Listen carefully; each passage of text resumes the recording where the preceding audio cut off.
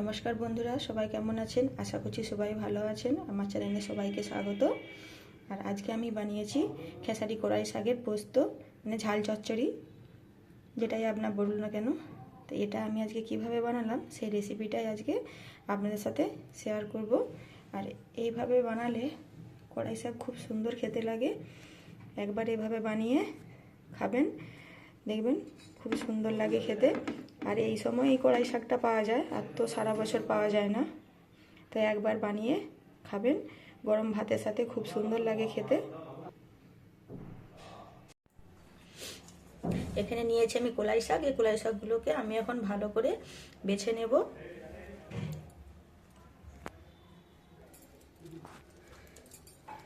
এখানে এই কলাই শাকের ডগের অংশগুলো আমি নিয়ে নেব, ডগের নরম নরম অংশগুলো।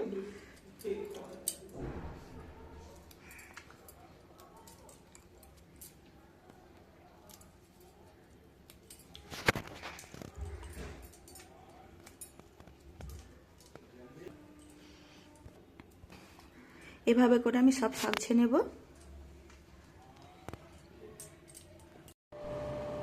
কলাই শাকটাকে আমি এখানে কেটে ধুয়ে নিয়েছি। গ্যাসে একটা কড়াই বসিয়ে দিয়েছি, এর মধ্যে দিয়ে দেবো কলাই শাকগুলো।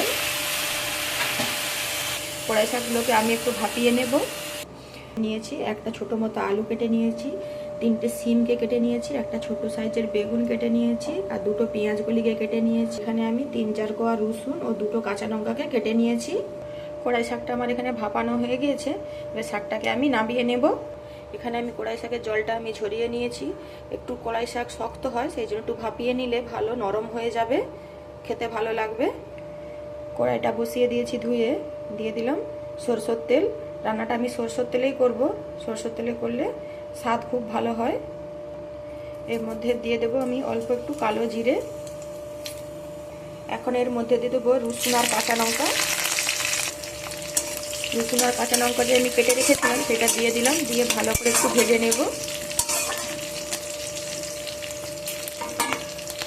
হালকা ভাজা হয়ে গিয়েছে। এখন এর মধ্যে আমি দিয়ে দেবো একে একে সবজি। প্রথমে দিয়ে দেবো আলু। আলুটা দিয়ে একটু নাড়াচাড়া করে নেব। এরপর দিয়ে দিলাম কেটে রাখা সিম, দিয়ে সব কিছুকে ভালো করে নেড়ে নেব। এরপর দিয়ে দিলাম পেঁয়াজ কলি, এটাও দিয়ে ভালো করে একটু নেড়ে নেব।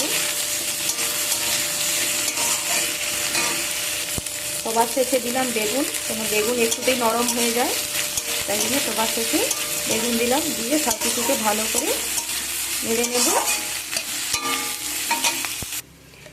এখানে আমি মশলার জন্য নিয়ে নিচ্ছি 1 চামচ পোস্ত আর অল্প একটু সরষে। এটাকে আমি এখন বেটে নেব।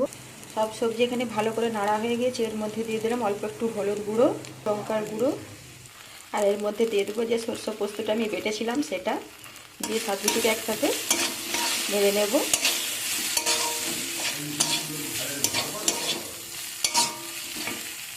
এখন এর মধ্যে দিয়ে দেবো সেদ্ধ করে রাখা শাক। সব কিছুকে একসাথে ভালো করে মিক্স করে নেব।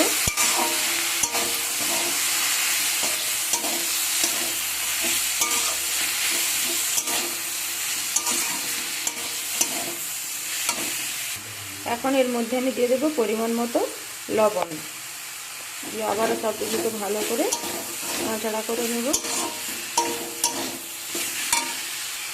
আমি এখানে কাঁচা লঙ্কা দিয়েছিলাম বলে গুঁড়ো লঙ্কাটা কম দিলাম। আপনারা যদি ঝালটা বেশি খেতে চান তাহলে গুঁড়ো লঙ্কা বেশি করে দেবেন। এখন 2 মিনিটের জন্য। এখানে আমার সব কিছু সেদ্ধ হয়ে গিয়েছে। এখন আমি দিয়ে দেবো অল্প একটু চিনি। শাকের চচ্চড়িতে একটু চিনি দিলে ভালো লাগে গিয়েছে। এটাকে আমি এখন নামিয়ে নিচ্ছি। এখানে আমার একদম রেডি হয়ে গেছে কলাই শাকের, খেসারি কলাই শাকের ঝাল চচ্চড়ি। আজকের রেসিপি আপনাদের কেমন লাগলো অবশ্যই কমেন্ট করে জানাবেন। আর ভালো লাগলে লাইক, শেয়ার, কমেন্ট করে সাবস্ক্রাইব করে পাশে থাকবেন। সবাই ভালো থাকবেন, সবাই সুস্থ থাকবেন।